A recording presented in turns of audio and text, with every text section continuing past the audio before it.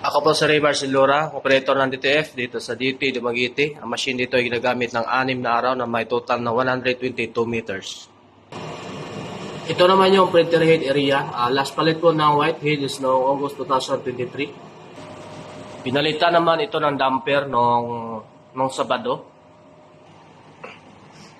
Ito naman yung capping na may 70% good condition. Head clean. Punasan ng wiper pagkatapos mag-head clean. Nozzle test.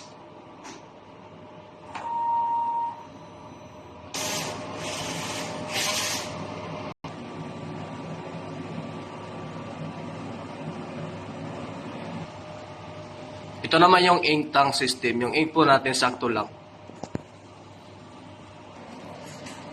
Ito naman yung waste tank area. Last disposal po is no Sabado. Ito naman yung EVR. Ground wire. Ito naman yung mga unused ink. Unused powder. At film. Ito naman yung consumable monitoring ng white ink. DTF powder. Cleaning solution. DTF film. Wala pa ako nagamit ng CMYK na ink.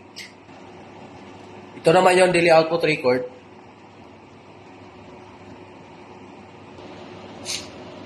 At printer daily checklist.